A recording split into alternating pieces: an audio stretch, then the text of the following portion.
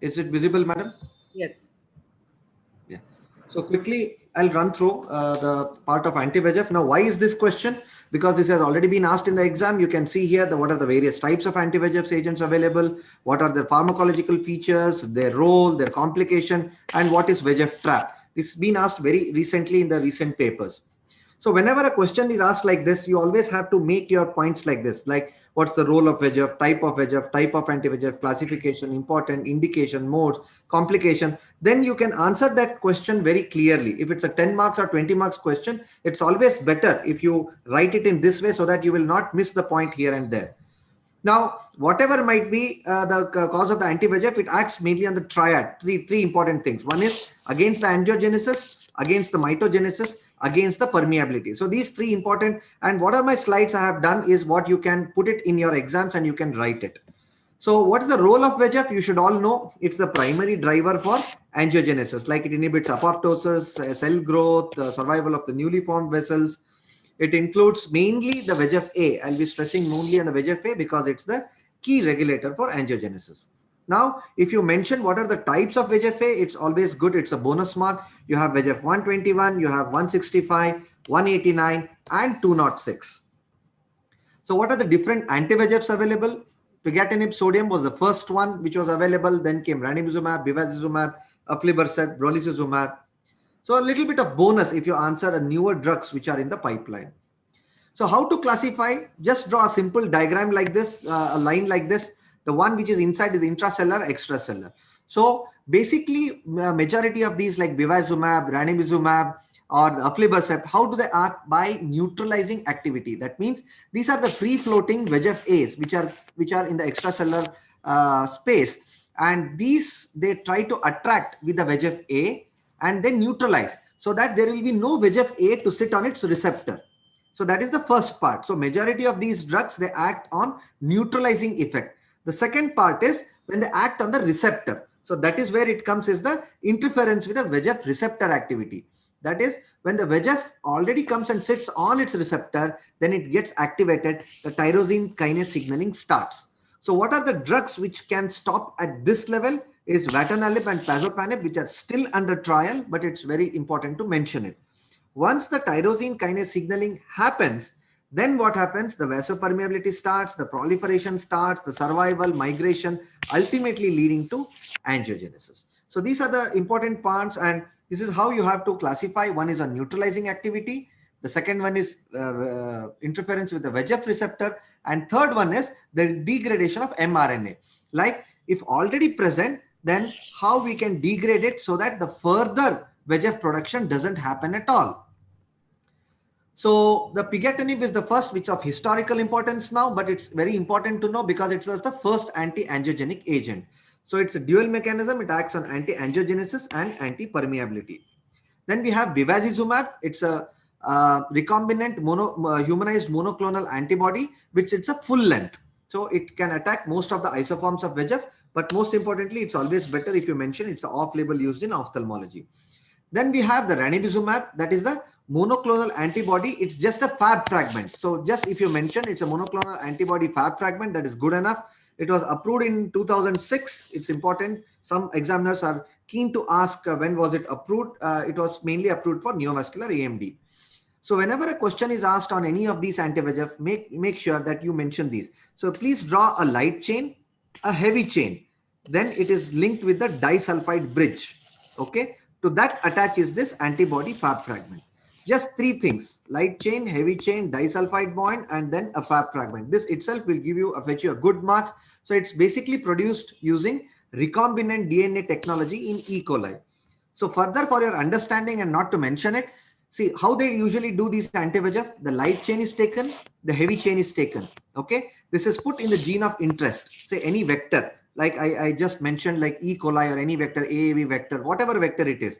So once it goes inside the cell, these selection of clones producing ranibizumab protein, the ranibizumab protein starts developing. Once you get that protein, then it's the upstream process, downstream process before you get a full molecule. So how does ranibizumab acts? Again, three things: inhibits vascular permeability, cell proliferation, endothelial cell migration. So now coming to the indications, there is a variety of indications for these anti-VEGFs, but most important you need to mention is the age-related macular degeneration.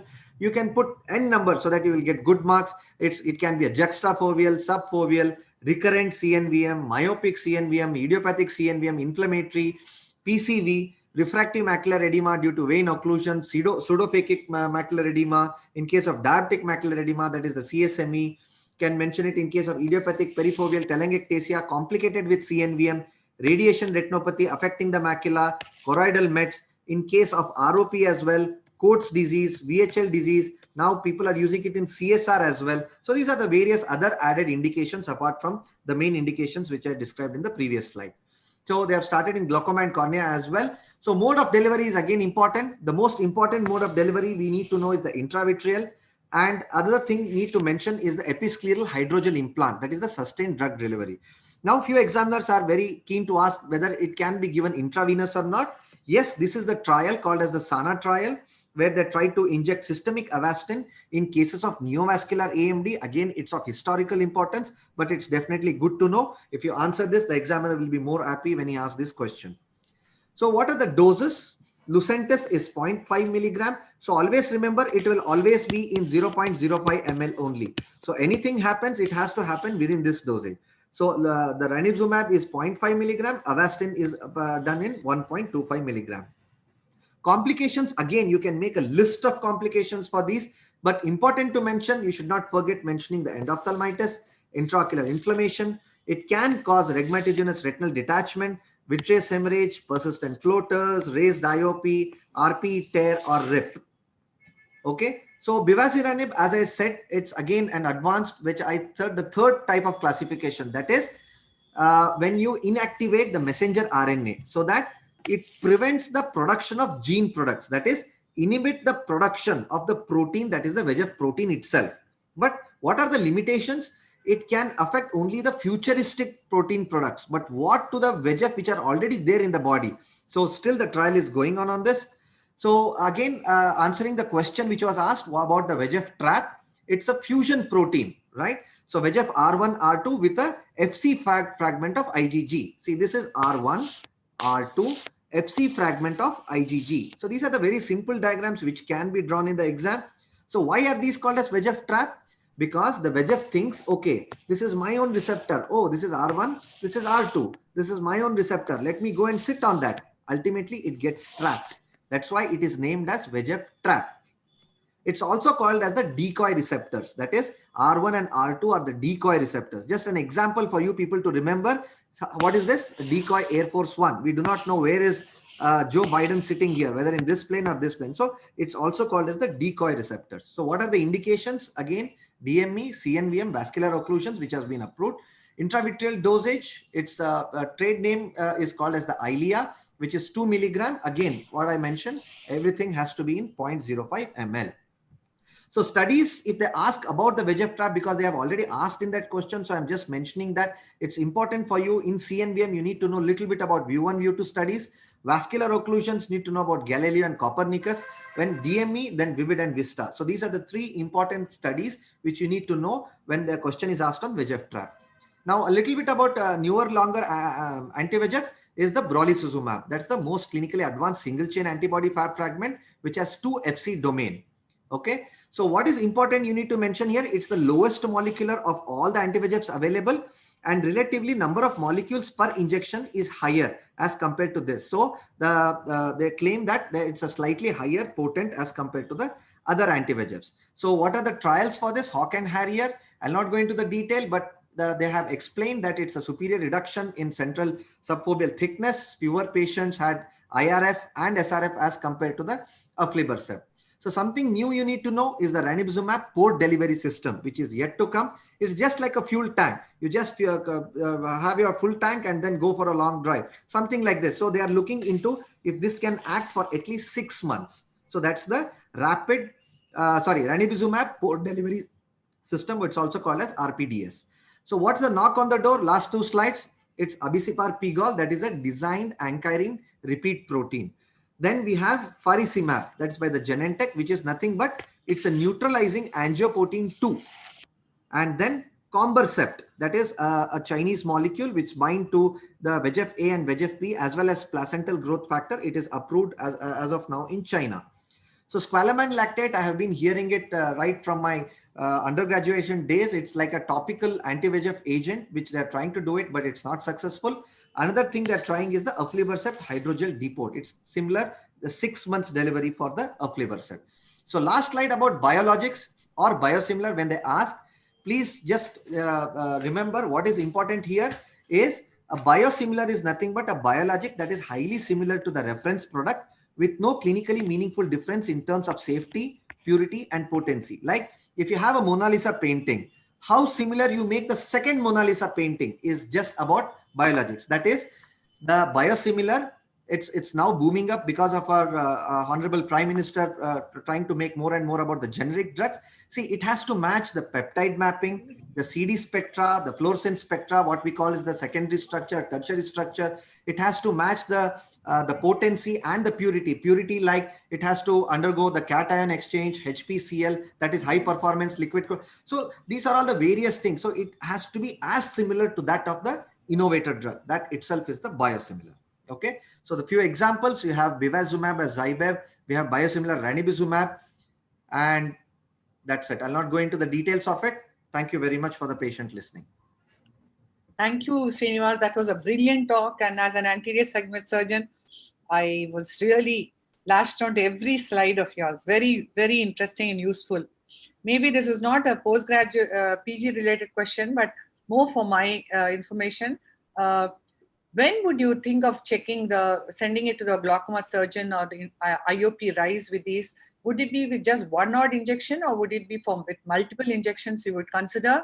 Would you consider it more for the one of which group of drugs? See, usually if the patient is a known case of glaucoma, then we usually go in for the first choice is anti-VEGF and not the steroids as well. But in those cases, usually what we try to do is you can make an AC paracentesis, try to decompress the volume, and then you can go ahead with the injection of the anti-VEGF. Or if the patient is already on the anti-VEGF, then you can always go in through after 5 minutes, you can just check for the pulsations of the central retinal artery. If there are any of those kinds, then you can always try to decompress so that the patient will not go in for the more glaucoma field defects. No. What my question was, would you look for glaucoma if there are multiple injections needed, or with just one odd injection itself, you expect an IOP rise? Sorry, I'm not getting your question, madam. With anti-VEGFs, you won't get an IOP rise. Yeah.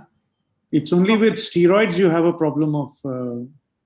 there are some studies, basic science studies, which suggest that like a large number of injections, when they given after numerable injections, there can be trabecular beam damage, and that can cause IOP rise even after anti-VEGF injections. Yeah, most of them are basic science studies. None of them have shown clinical significance. It's not a routine this thing, and you're not going to do it as a clinical practice before when you're starting off the treatment. Yeah. There are a few patients. I remember only isolated patients whose IOP has actually risen following multiple injections. Otherwise, very rare for that to happen. Yeah. Most we see it in the steroids and not in the anti-VEGF. Yeah. So brilliant talk. There's no questions for